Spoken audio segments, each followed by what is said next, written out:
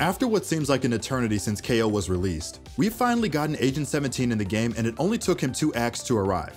Chamber has shown a lot of promise in the game's meta, as his kit allows him to outduel opponents, while still affording him the tools in his kit to carry out traditional Sentinel duties. This agent has a lot of depth in game, and that's why we're bringing you guys a guide to get over his initial hurdles pretty quickly. What is going on, Pro Guides family? It is your host Sergeant Frost, and today we have the only Chamber guide you'll ever need.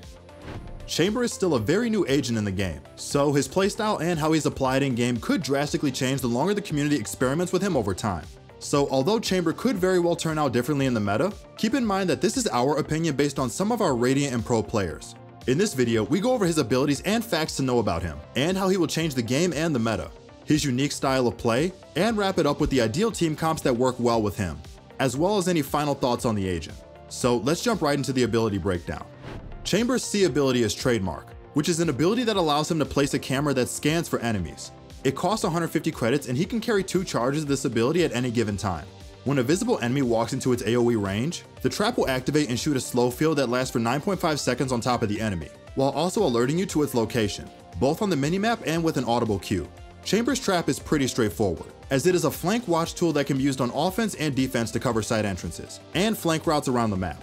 This trap does have one downside, and that is that it's easily visible and can be destroyed before an enemy walks into its range.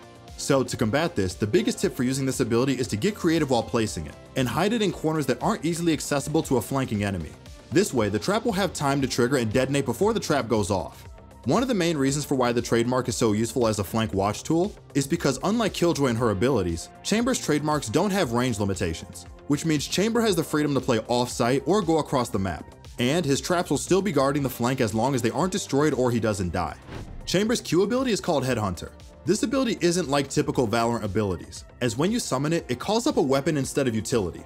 His Headhunter is basically a more powerful version of a Sheriff pistol, with features that are exclusive to Chamber himself.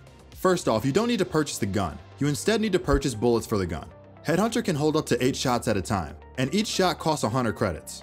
What makes the Headhunter specifically different from a normal Sheriff is mainly that it holds 8 shots instead of 6. It has an aiming reticle when you ADS with it, it shoots faster than the Sheriff, it has better accuracy than the Sheriff, and most importantly, the damage per bullet doesn't fall off, which means rejoice, because you won't be getting 145 damage headshots on fully armored opponents at range anymore.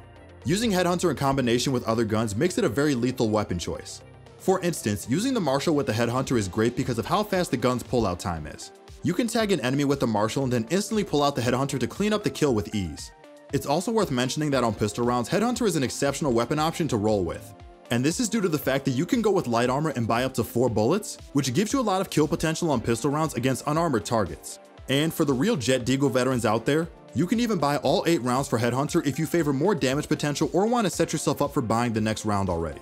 This gun is strong in all situations because it does high damage, costs very little to operate, and its damage range doesn't fall off. Which means if you can click heads, this gun can absolutely destroy your opponents for very little economy. But of course, the catch is that you have to have good aim. So if you're feeling off, this weapon can very quickly go from round winning to dead weight. So you have to make sure your aim is on point. And if you're trying to develop some crisp aim, we recommend you check out AimLab, the best free aim trainer there is. Not only are there pro-created training playlists to test your skills, AimLab partnered with Valorant to develop training programs specifically for us gamers. Whether it's to hit Chamber Headhunter shots or to have crisp aim with any gun, click the link in the description and download AimLab today. Chamber's signature E ability is Rendezvous. This ability allows you to place 2 teleport anchors anywhere on the map. While you're on the ground and in range of an anchor, you can reactivate this ability to quickly teleport to the other anchor. Anchors do have the ability to be picked up and redeployed elsewhere on the map, and they also have a 20-second cooldown timer between uses. Beware though, there is a set range limitation for teleporting between anchors. If you look at the minimap when placing anchors, it will show you an outline of the anchor that's placed so that you will know how close you need to be in order to place your second anchor to stay in activatable range.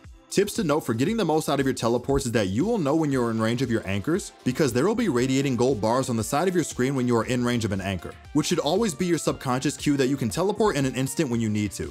Also, your character model will have a gold vest when you're able to teleport, so the enemies will know as well. If you're up against a Chamber, keep in mind that a gold vest means that he can teleport. Going back to the speed of teleportation point, it's instantaneous, which means that it functions even better than a jet dash in terms of taking a fight and teleporting you out when you're in a pinch. This enables a lot of off angles and really risky plays because you can have an escape as long as you're around an anchor. Chamber can get away with going for really risky plays on the start of defensive rounds, mostly because he can place down an anchor near him off spawn, swing out to take a duel, and then instantly teleport out to safety without risking an extended fight. Chamber's ultimate is called Tour de Force. This ability pulls out Chamber's custom sniper rifle, with some unique caveats that separates it from the operator. This ability costs 7 ultimate points and it gives 5 bullets. Some great attributes of his ultimate that separates Tour de Force from the operator and Marshall is that it one-shots to anywhere on the body, it shoots almost as fast as a Marshall does, and it drops a slow field on any killed target, sort of like his trademark does. Tour de Force is a very forgiving and much more powerful version of the operator, and that's what makes it such a strong gun to work with. It's really hard to punish this weapon and find openings to contest it. Because it rechambers rounds so fast, you can't gain a significant ground even after he takes a shot. Not to mention, if the shot lands, there's a slow field making it even harder for enemies to push through. Having a stronger version of the operator enables him to become an anchor that can solo hold sites by himself. And when paired with his rendezvous, he can choose between playing retake or committing to anchoring the site depending on whether he hits the shot or not. So now that we have wrapped up his abilities, let's get to our question of the day. What are your first impressions of Chamber? Personally, I feel like Chamber is a hit or miss agent. When he's piloted well, his duelist-like playstyle can allow for him to take over a game because he will be able to rack up kills while also having the ability set of a traditional sentinel. On the other hand, a bad Chamber player might make use of his traps and teleport, but if your aim isn't up to snuff, you'll have less to work with than the other agents. Let us know what your opinions are on Chamber in the comment section down below. So Chamber is not a super unique agent by standard conventions because there's nothing in his kit that we haven't seen before, with the exception of his weapon abilities. But that doesn't mean he won't be meta defining. First off, Chamber enables your team to have a double operator defense with less economical investment. Plus, this operator is lower risk because it is essentially free with no cost outside of its 7 ultimate points. Plus, it gives Chamber an overall econ boost because he can get a powerful gun without the need of having to purchase a traditional gun. And it puts the same pressure on an enemy team like a Jett's op can, and on top of that, he has an even cleaner escape tool, which allows him to stay 100% safe at all times. A lot of players mention his Tour de Force's potential on defense to stop side takes by himself. But what we don't hear a lot about is his potential to be a strong attacker side AWP to counter aggressive defensive AWPers. His teleport allows him to open up playmaking opportunities that a duelist normally would have while still having sentinel abilities, which means as a sentinel, he can flex being aggressive to create his own picks and help his team out by putting aggressive pressure on the enemy team. Chamber is definitely not like the other sentinel agents. Other defensive agents such as Cypher, Killjoy, and Sage have more utility to play around with that they need to pilot in a round. They are important to the team comps to the extent that they provide more utility pressure for the team than kill pressure. On the other hand, Chamber seems to be fundamentally different by producing a lot more kill pressure. By having escape options and powerful guns even on eco rounds, you open up a playstyle that can force your enemies to respect your aggression all around the map. Chamber's kit has layers and goes a lot deeper than most people view it on the surface. He's still less than a week old, so the community does not know for sure what the limitations are for his kit and how it can be used and abused. So we will need to wait some time to see how Chambermaids can truly wreak havoc on competitive games. From what I currently see though, Chamber is very strong and has a lot of potential. The first thing we have to talk about when mentioning Chamber's playstyle is that he's a high skill ceiling agent that is very aim reliant. If you're not hitting shots, it's going to be hard to get value out of his kit. As such, playing Chamber then relies on fragging out the same way a Reyna would need to. If you cannot keep up with consistently getting kills, then his Pocket Guardian Headhunter and his free operator Tour de Force will feel lackluster. Playing this agent requires a high level of confidence in your mechanical ability to frag out when you need to. On the side of his strengths, Chamber has options to play aggressive on both sides of the map. He does have really strong lurk watching capabilities. On the negative, he offers a lot less than other sentinels in terms of sight denial, info gathering, and overall defensive utility. Since Chamber's kit provides him with 2 weapons that he doesn't really need to pay for with credits, he is an agent that has a very manageable economy.